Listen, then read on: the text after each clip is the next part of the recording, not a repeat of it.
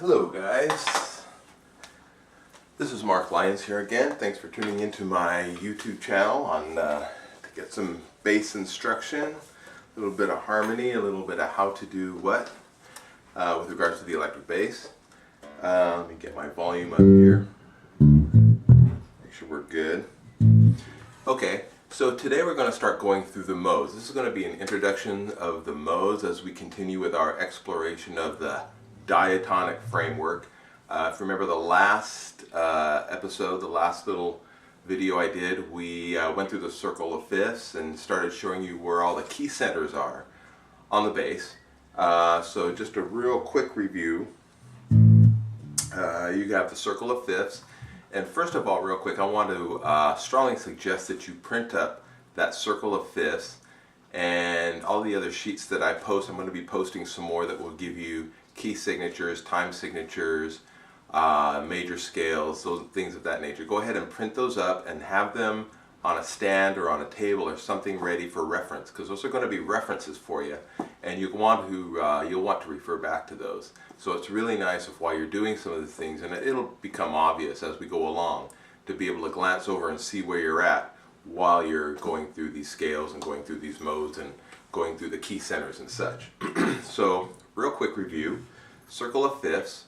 We did showed you where those were, where all the key centers are on the bass guitar on the fretboard. We have C, G, or C, then we went to F, around to the left, B flat, E flat, A flat, D flat, G flat or F sharp, and then B, B, B, E, A, D, G, and then C, and then we're back to C, right? So again, real quick, no sharps, no flats. One flat, two flats, B flat, three flats, four flats on A flat, five flats on D flat, six flats on G flat, or six sharps if it's F sharp minor. Then we're into the sharp keys. B, five sharps, B over here, five sharps, D, four sharps, A, three sharps, D, two sharps, G, one sharp, and C. C, we're going to call C 12 o'clock. We're going to start everything on the key of C because there's no sharps, no flats. If you were looking at a keyboard, it would be all white keys. Okay? So real quick, definition of the modes is they are the same sequence of notes in the major scale, only you start on a different interval and you end on that same different interval. So it's the same exact notes as a major scale in whatever key center you're in. So it's really not rocket science, it's not brain surgery, it's really pretty simple. If you know the major scale, which I think we've done, here let me adjust my strap a little bit for this, because it's a little bit loose and hanging. Alright, so if you got the major scale in the key of C, which we've gone over more than once,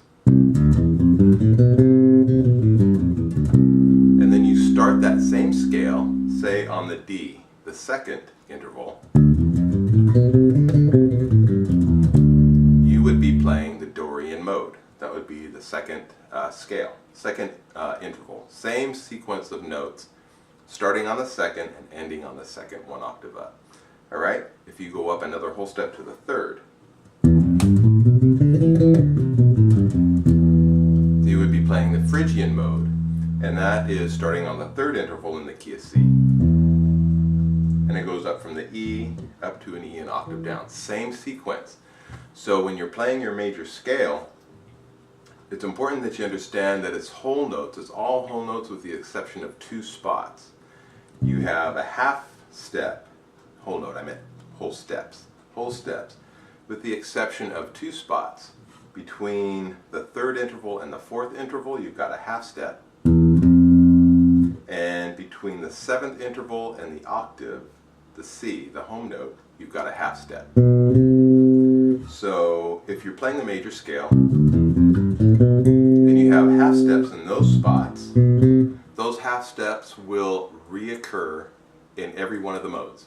And those are kind of important because those will tell you where they'll provide your tritone, it provides the third. There's certain things that you don't want to happen because they'll conflict as you go along playing. Without getting too far ahead of myself, It's just important at this point to realize that you're going to have those half steps reoccurring in every mode. They're just going to be in different spots, so just kind of keep that in mind. Now I'm going to play this real quick. I'm just going to do it real quick so that you can hear, okay, what it sounds like. Now we already did start on it once. We got in the key of C. We've got C on the D, on the E, on the 4, on the 5th, on the 6th, on the 7th,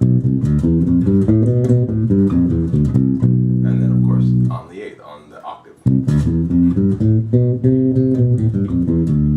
Now if I go down to F, one flat, we're going around the circle to the left. Same thing occurs. We got F. The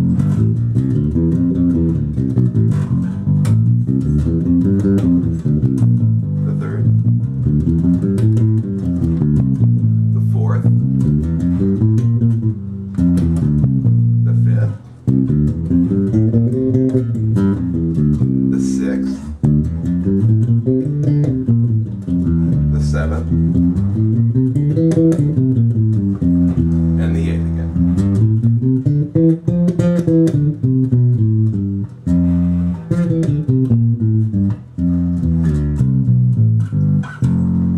So, if I go up to B flat, 2 flats, same thing. C, D, 4th, 5th, the 6th, the 7th, and the 8th. And the E flat, same thing. I could do this all day. We go down to E flat, A flat, D flat. Say we're on B. Now we're in the sharp keys. 5 sharps. 2, C, sharp. The 3rd. The 4th. The 5th. The 6th. The 7th. And the 8th.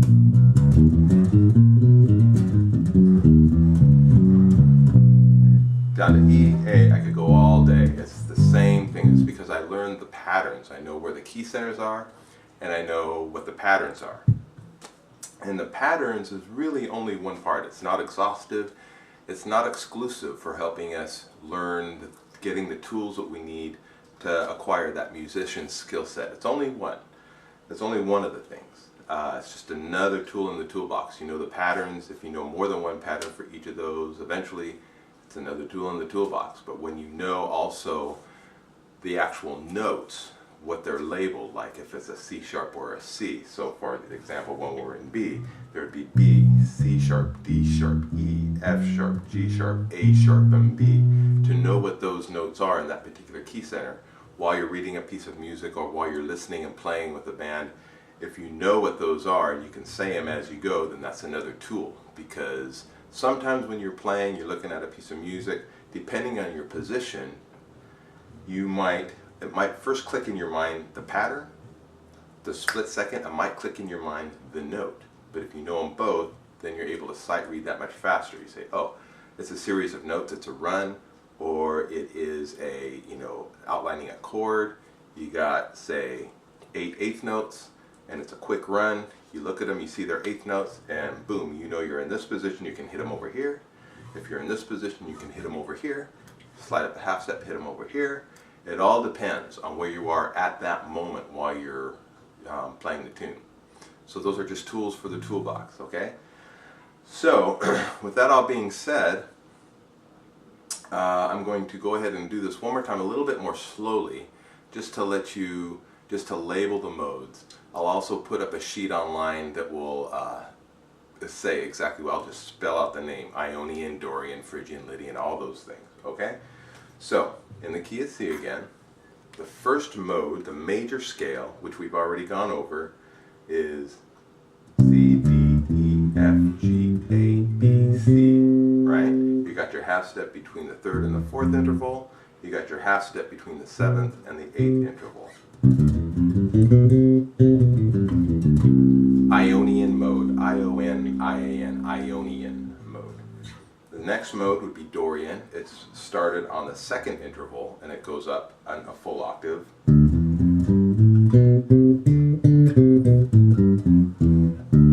In this one, your half steps occur between the second and the third interval and between the sixth and the flat seven interval, okay?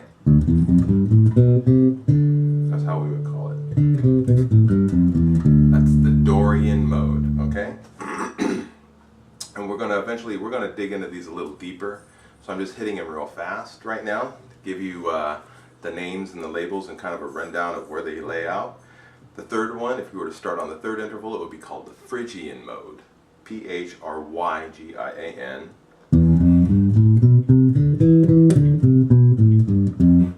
Half steps occur between the first and second interval and between the fifth and the flat sixth interval.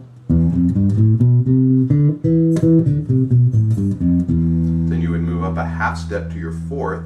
This would be your Lydian mode, L-Y-D-I-A-N.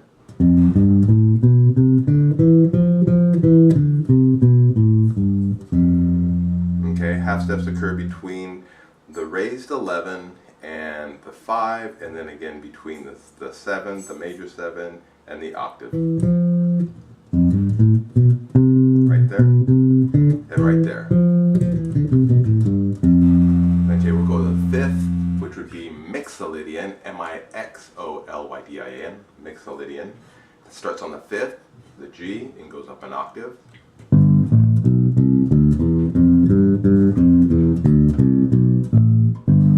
Okay, and on this one, your half steps would occur between the third and the fourth, and then between the sixth and the flat seven.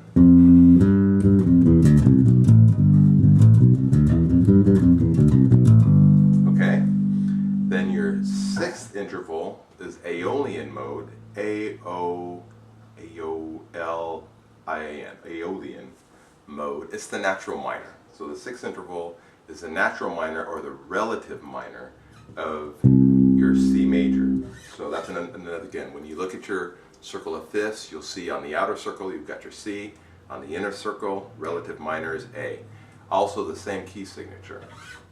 So when you're listening to a piece of music, if it sounds like it's in a minor key and there's no sharps, no flats, it's going to be A minor. It is the relative minor to C. So when you look at it, don't just think of the major scale or the major key, but also could be in the minor key, the relative minor. So in this case, relative minor, Aeolian mode, sixth interval.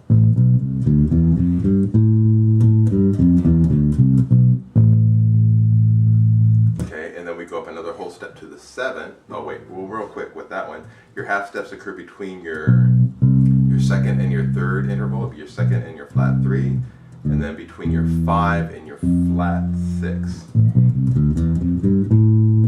Right there, and right there. And then the seventh would be your Locrian mode. Locrian, L-O-C-R-I-A-N, starts on the B.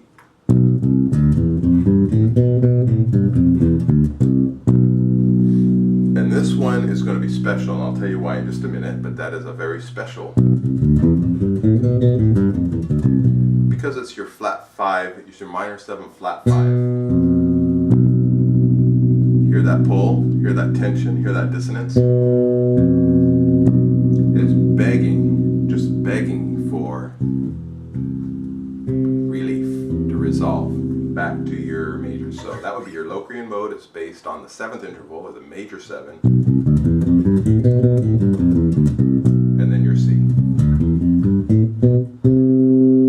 So listen to how this would work this way if we're building this in thirds. Okay, you got C, and we're building major 7 chords. Oh, we've got C major 7. C major 7. D minor 7. E minor minor 7, F major 7, G dominant 7, A minor 7, B minor 7 flat 5,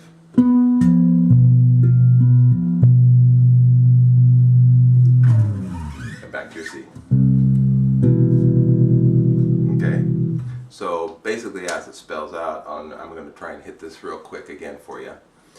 If you're in the key of C and you have a 2 chord, or you play a D minor chord, it's going to be the Dorian, and it would sound like, good.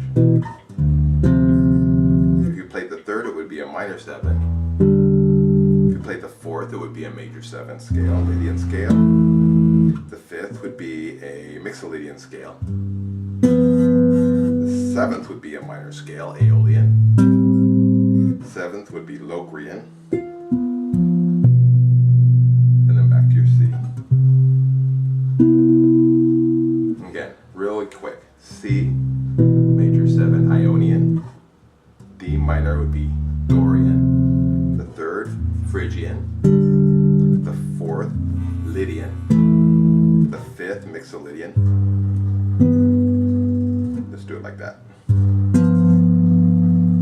The 6th, Aeolian, natural minor. 7th, Locrian, and then back to C. Okay, so that's going to be it for right now. Those are the modes. I'm going to come back with our next one. I'm going to start showing you just how to practice those. If you have any questions about any of the information I've given you, you can contact me at lyons0261@gmail.com.